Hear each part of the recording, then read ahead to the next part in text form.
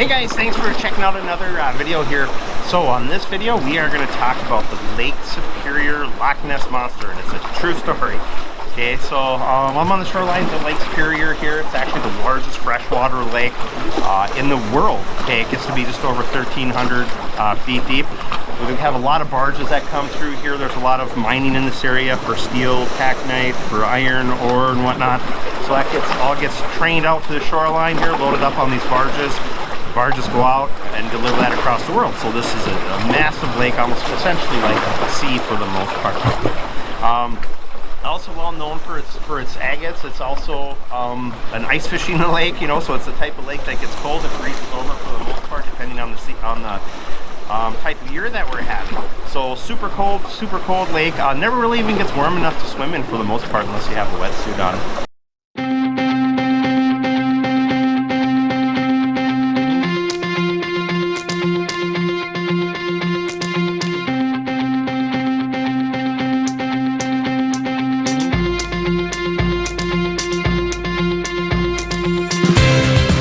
So the description of this thing, what they say it looked like, was essentially about 75 feet long. Would be a full-grown adult Loch Ness.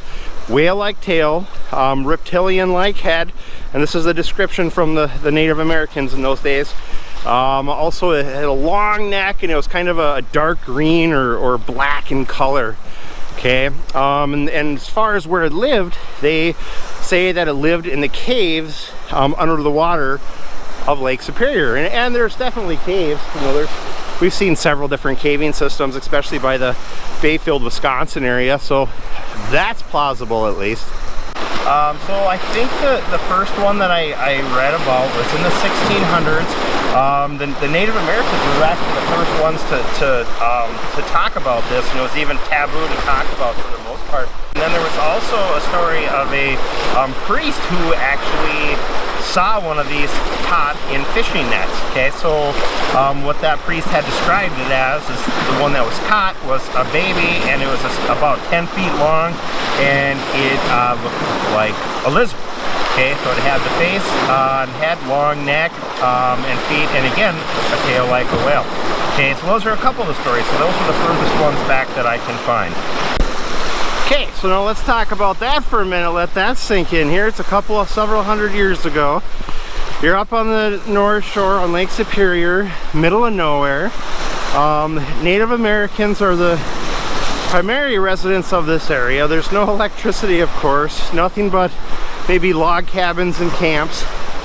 And you're a minister and you see this 10-foot long lizard type of thing that's caught in a net. I mean, and not only that, but then these Native Americans are saying that this Lake Superior Loch Ness Monster is picking off deer on the shoreline. So that's essentially how his feeding is. It's going along the shores and just pulling deer off. Okay, so the natives were terrified of it, according to the stories. So there were certain areas of Lake Superior they wouldn't even go by or cross. So those were the earliest accounts of the Lake Superior Loch Ness. So it goes all the way to, I think, into the 1990s. The next account of the Superior Loch Ness Monster was by the Duluth, Minnesota area. Apparently a group of people were out yachting, I suppose they called it back in those days in 1897. One of the people fell overboard. It was a man. He says that a snake-like creature, like an anaconda, essentially wrapped itself around him and was pulling him under the water. And this was actually witnessed by 3 other people. So what is that, account number 1, 2, that's account number 3. Account number 4 then was in the 1930s. Okay, it was more towards the Michigan end of Lake Superior. And the account was actually by a couple of different crew of steamships back then, 2 separate steamships, where they had seen a serpent-like reptilian creature with humps in the water, just like you'd think of the Loch Ness Monster. And it was actually following one of their steamships, and it was actually chasing them. Imagine how freaked out you'd be if you saw something like that coming after you. So there was also an account in 1960 of a family that had witnessed this serpent as well while they were swimming. This one I'm actually going to have to read to you because the reading was phenomenal on this. So this guy says, when I looked straight out to open water, and again, when was this? 1977. Okay, it says, when I looked straight out to open water, I saw two very distinct dark bumps which seemed to be separated by just a few feet. First, one bump would go underwater, then the next bump would do the same, but only after the first one surfaced. Okay, so it's like up and down, yep, got it.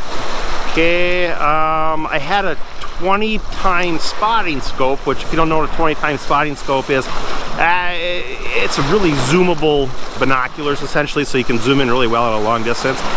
Okay, then they began to move east and to my left. One bump going down under the water, and then the one bump always stayed on top of the water while the other was submerged. It became frightfully apparent to me that this object was close to 1,000 feet out, and as it gained speed, I realized there was a third smaller bump, and that object was undulating. It moved very rapidly to the east and quartered. Oh, I thought I just got a glimpse in the water of something. It freaked me out from reading this story. Okay, so it moved very rapidly east and quartered toward and nearly up the shore. The now obviously living thing stopped about 100 feet from me and began moving and weaving around large boulders that were in the water directly towards me. It was big and resembled an anaconda with the girth of a Volkswagen. Don't laugh, it wasn't funny, he says. Then there was nowhere for me to go because of the slippery slope and the water barrier, so I jumped behind the boulder and grabbed my 35mm camera. As it moved towards me, it slowed down considerably, but was making a noticeable wake. It was strangely quiet while it snaked toward me and stopped dead in the water right in front of me. It was big. I steadied my camera on top of a rock and fired one picture, but was afraid to move after that. The thing sat there for about 30 seconds with its huge horse-shaped head and large dark eyes staring at me. On the nose was a visible catfish-type whisker, maybe 2 feet in length and wiggling, he says. And there's a picture here that he posted, so I'll go ahead and add that picture. Of course, you can't make it out like any of these other pictures, it's all blurry. The picture he took is one of a very few actual photos of the lake serpent monster. It's also nicknamed Pressy. Okay. Blah, blah, blah, blah. La, la, la, la. The picture is very blurry and indistinct, as such photos sadly seem to always be.